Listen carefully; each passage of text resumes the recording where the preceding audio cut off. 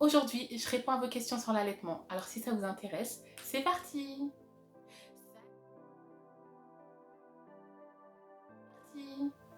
Salut à tous, super contente de vous retrouver aujourd'hui en vidéo comme toutes les semaines. Aujourd'hui, je réponds à vos questions. J'avais fait une vidéo sur comment bien démarrer son allaitement la semaine dernière ou la semaine d'avant, je ne me rappelle plus. Et du coup, à la suite de ça, j'ai eu pas mal de petites questions sur Instagram. Donc si vous ne me suivez pas sur Instagram, je vous mets le lien juste là. Voilà, ça vous permettra de me connaître un petit peu mieux, de suivre mon quotidien et éventuellement de me poser des petites questions. Donc à la suite de cette vidéo, j'ai eu quelques petites questions sur le déroulement de mon allaitement. J'ai décidé de tout regrouper et d'y répondre en vidéo. Alors on commence tout de suite parce que sinon cette vidéo va être super longue. Je voulais également vous dire que cette vidéo sera sans doute coupée en deux pour éviter qu'elle soit super longue. Je vous ferai la partie FAQ et du coup la deuxième partie ce sera sur mes indispensables pour allaiter. Donc restez connectés et abonnez-vous si ce n'est pas encore fait. Première question, comment assurer une bonne mise en route de l'allaitement? Donc comme j'en avais parlé dans ma précédente vidéo, pour moi, comment assurer une bonne mise en route, c'est vraiment la tétée d'accueil. Comme je vous ai dit, la première tétée en fait que vous faites quand vous êtes encore en salle de naissance avec bébé. Voilà, comme je vous dis, dans les premières minutes, dans la première heure de sa naissance, n'hésitez pas à mettre bébé au sein. Vraiment, ça favorise, comme je vous ai dit, la montée de lait et ça permet effectivement d'avoir ce premier contact maman-bébé. Voilà, n'hésitez pas également à faire du pot à pot et la mise en route de l'allaitement pourra bien démarrer comme ça. Deuxième question, comment gérer la montée de lait? Alors la montée de lait, il faut savoir que voilà, comme j'expliquais dans ma précédente vidéo, on n'a pas du lait tout de suite quand on accouche. Voilà, on a le premier petit lait qui s'appelle le colostrum. C'est un lait ultra riche qui peut être un petit peu jaunâtre, orangeâtre, ça dépend des femmes. Mais voilà, et on a la montée de lait qui se fait peut-être 2-3 jours en fonction des femmes. Moi, je sais que ma montée de lait pour bébé 3 s'est faite peut-être le lendemain ou le deuxième jour de mon accouchement, j'ai eu ma montée de lait. Donc effectivement, la montée de lait, c'est douloureux parce que les seins sont gonflés, et peuvent être douloureux. Vous pouvez avoir voilà, des seins énormes qui font super mal. Moi, le conseil que je peux vous donner vraiment pour soulager cette montée de lait, c'est-à-dire de prendre un bain chaud, une douche chaude et vraiment d'appliquer le jet d'eau chaude sur les seins pour effectivement permettre que ça puisse évacuer le lait en surplus facilement et sous la douche en fait. Après vous pouvez aussi un petit peu masser vos seins sous la douche, sous l'eau chaude, ça soulage énormément et il faut également mettre bébé au sein le plus possible. N'hésitez pas à mettre bébé au sein. Voilà, ça permet effectivement de désengorger les seins qui sont assez durs et tendus en fait pendant la montée de lait. C'est vrai que c'est pas très agréable, mais pour gérer cette montée de lait, voilà, n'hésitez pas à mettre du chaud ou du froid en fonction de ce qui vous soulage et de mettre bébé au sein le plus souvent possible. Alors, troisième question, on m'a demandé doit-on préparer ses seins à l'allaitement? Moi, je pense que non. Je pense que l'allaitement, c'est naturel. C'est pas obligatoire, mais c'est naturel. Je pense que les seins sont faits pour ça. Donc, on a systématiquement du lait à la sortie, à son accouchement. Voilà, comme je vous dis, on a le premier lait qui est le colostrum et après, on a le petit lait, le lait qui sort quand on a sa montée de lait. Donc, je ne pense pas qu'on doit forcément préparer ses seins à l'allaitement.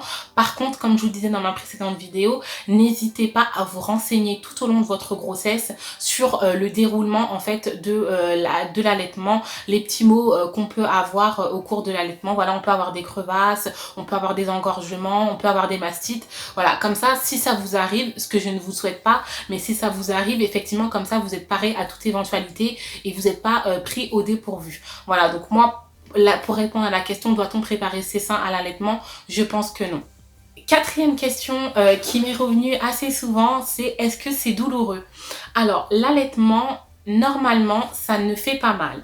Après, moi, selon mon expérience, je pense qu'il faut vraiment s'attendre à une sensation particulière parce qu'il faut bien se rendre compte que les seins c'est sensible, donc un bébé qui tète le sein, c'est une sensation assez particulière qui peut être douloureuse pour certaines femmes.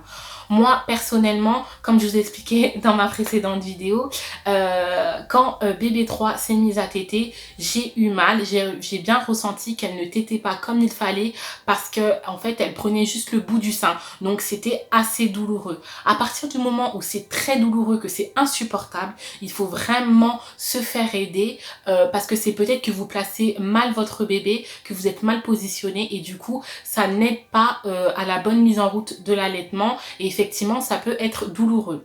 Quand c'est vraiment trop douloureux, effectivement il faut vraiment se faire aider par une conseillère en lactation ou alors si vous êtes encore à la maternité, par les sages-femmes ou par les auxiliaires de puériculture qui peuvent vous aider à bien positionner bébé parce qu'en général quand on a mal, c'est qu'on est mal positionné ou que le bébé est mal positionné ou que le bébé n'ouvre pas assez grand sa bouche. Nous, l'expérience qu'on a eue pour bébé 3, c'est effectivement qu'elle avait un frein de langue, donc ce qui l'empêchait de bien ouvrir sa bouche et de bien happer le sein et c'est ce qui me faisait mal au bout du sein. Après, pour vous rassurer, la douleur s'estompe. Si vraiment il n'y a pas de choses comme des crevasses ou des petites plaies au niveau du mamelon, après, l'allaitement ne fait pas du tout mal. Moi, mon bébé à 4 mois, elle tète exclusivement, elle est au sein exclusif et vraiment l'allaitement ne me fait plus du tout souffrir. Cinquième question, combien de temps pour mettre en place l'allaitement? Alors, pour mon expérience personnelle, pour moi, je pense que 1 mois est nécessaire pour mettre en place l'allaitement. Voilà, tout simplement parce que les premières semaines, c'est vrai qu'on apprend à se connaître, bébé apprend à nous connaître, bébé apprend à téter, nous on apprend à connaître bébé et c'est vrai que voilà, le temps d'avoir sa montée de lait, le temps que bébé s'habitue à bien téter, moi je pense qu'au bout d'1 mois, tout peut rentrer dans l'ordre. Vous avez vos montées de lait régulières, vous apprenez à reconnaître les pleurs de faim de votre bébé et puis tout rentre dans l'ordre. Vous connaissez un petit peu les phases d'éveil, vous savez un petit peu quand mettre bébé au sein. Donc moi je pense qu'il faut vraiment 1 mois, se laisser le temps, persévérer, ne pas abandonner et au bout d'1 mois, je pense que tout rentre tout doucement dans l'ordre. Voilà, pour ma part, en tout cas, au bout d'1 mois, les choses rentraient tout à fait dans l'ordre. Sixième question, quelle est la fréquence parfaite pour les tétés? Alors, je tiens à vous dire que un bébé en allaitement exclusif, c'est l'allaitement à la demande. Il n'y a pas de fréquence parfaite.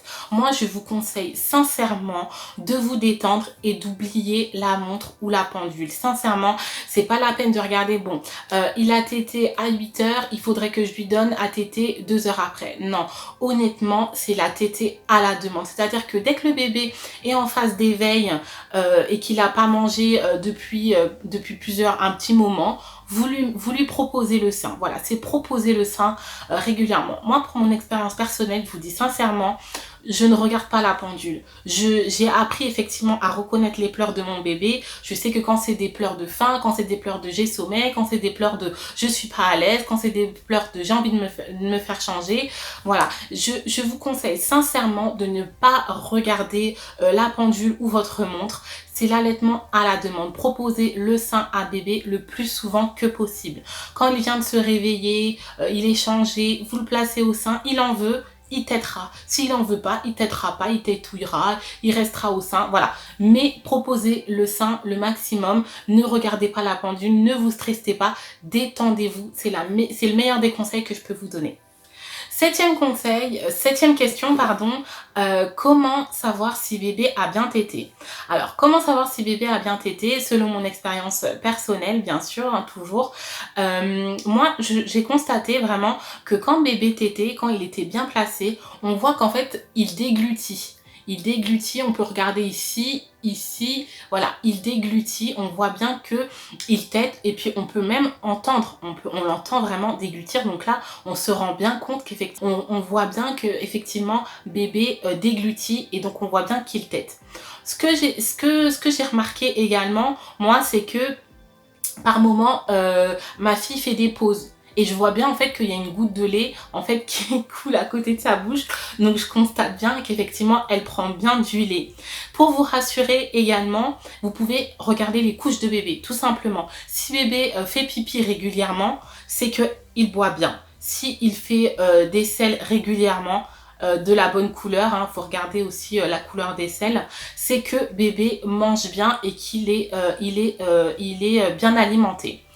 Il faut regarder également si bébé s'apaise en tétant. Si bébé s'apaise, c'est qu'effectivement, il tète bien et il est rassasié. Moi, j'ai constaté également qu'après chaque tétée, ma fille est KO et elle s'endort directement. Si bébé s'endort, c'est qu'il a bien mangé, qu'il est rompu et qu'il peut faire une bonne sieste. Donc sincèrement, ne vous stressez pas là-dessus. Après, vous avez des auxiliaires de puéricultrice qui peuvent passer à la maison pour peser votre bébé régulièrement et il vous dira effectivement si vous êtes dans la courbe ou pas. Mais ne vous stressez pas, observez votre bébé et vous allez bien constater par vous-même si bébé boit bien ou pas.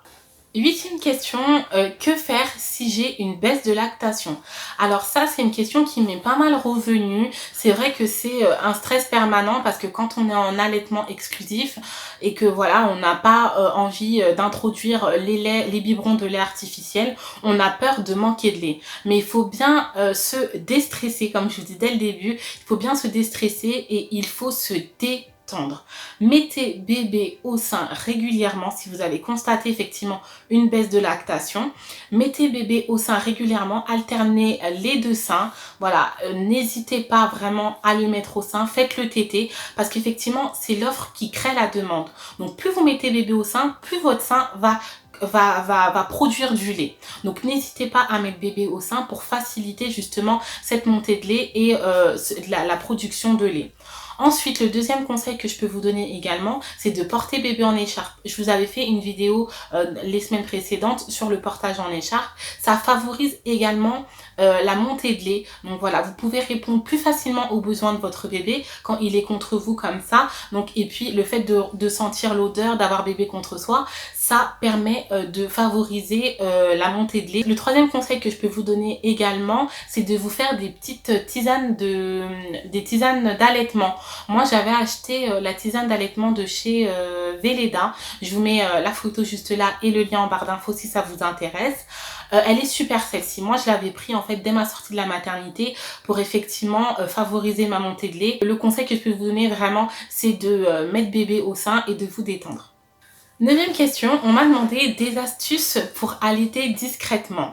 Pour les personnes qui sont pudiques, effectivement, si on doit allaiter en public, on aimerait bien voilà avoir des petites techniques pour allaiter discrètement, pour ne pas avoir à sortir son sein comme ça devant tout le monde, ce que je peux tout à fait comprendre. Je suis dans le même cas.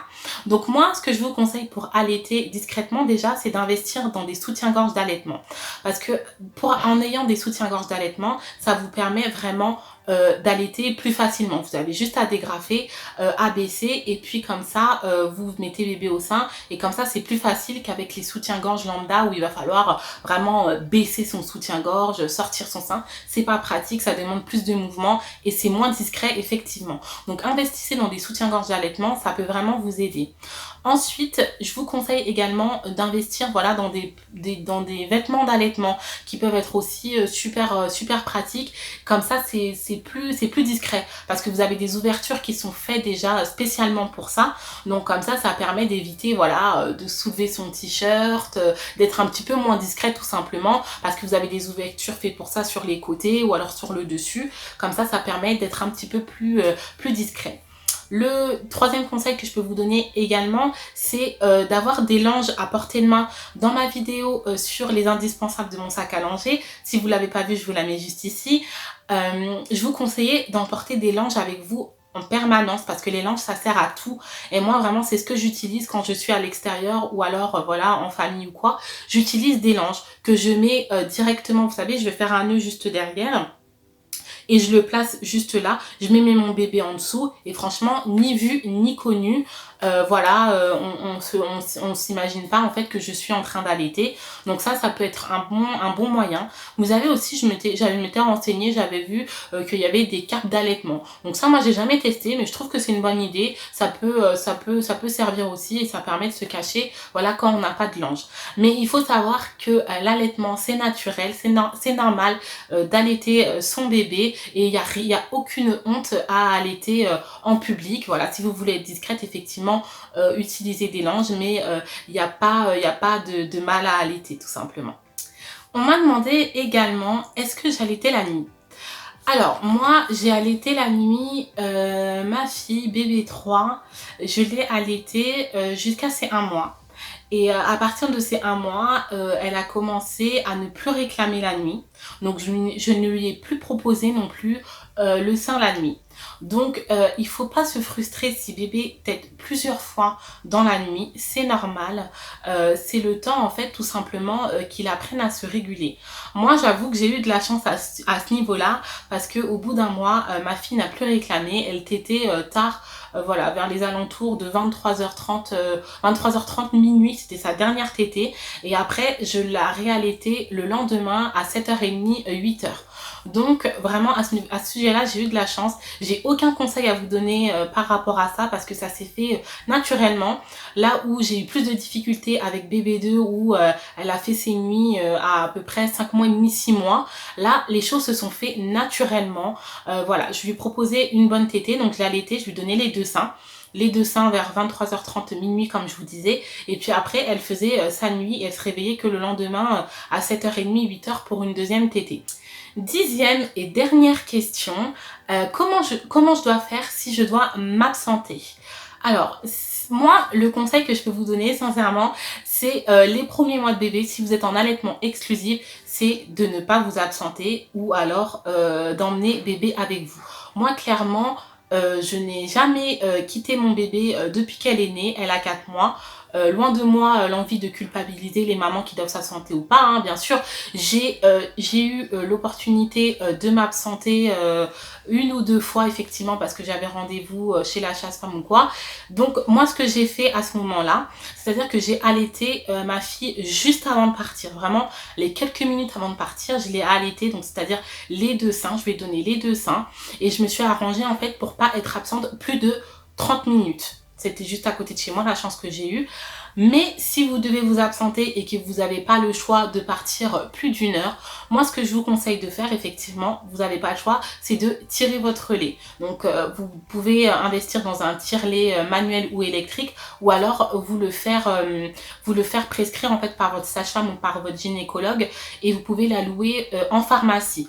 Donc vous tirez votre lait, essayez de tirer votre lait, du coup d'anticiper, de ne pas attendre en fait quelques heures avant de partir. Essayez de tirer votre lait le matin parce que c'est là où vous avez vraiment les seins plus remplis de lait.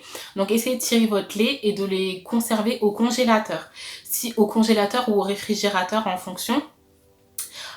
Si vous ne voulez pas investir dans des biberons, si vous ne voulez pas, insérer des biberons, donner des biberons à votre bébé, effectivement, pour éviter cette confusion sein-tétine, moi, je vous conseille d'utiliser, vous avez plusieurs petits accessoires, je me rappelle plus exactement du nom, mais moi j'avais acheté un petit accessoire de la marque Medela, je vous mettrai de toute façon la photo juste ici, je vous en parlais plus en détail dans ma vidéo valise de maternité. Voilà, je vous invite à vraiment essayer d'utiliser cette petite cuillère en fait, qui est super pratique et qui évite effectivement de donner des biberons à bébé, ou alors vous pouvez le faire à la tasse ou alors à la cuillère.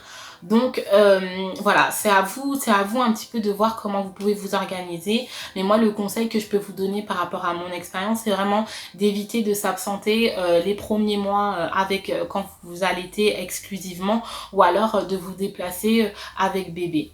Voilà, mais si vous n'avez pas le choix, effectivement, il va falloir tirer votre lait, le conserver au réfrigérateur et trouver des petites techniques pour allaiter bébé sans biberon, ou alors avec biberon, hein, si vous voulez introduire petit à petit les biberons. Voilà pour cette vidéo FAQ, j'espère qu'elle vous aura plu, sincèrement. Ça m'a fait super plaisir de répondre à vos questions, de voir que vous êtes intéressés par le sujet.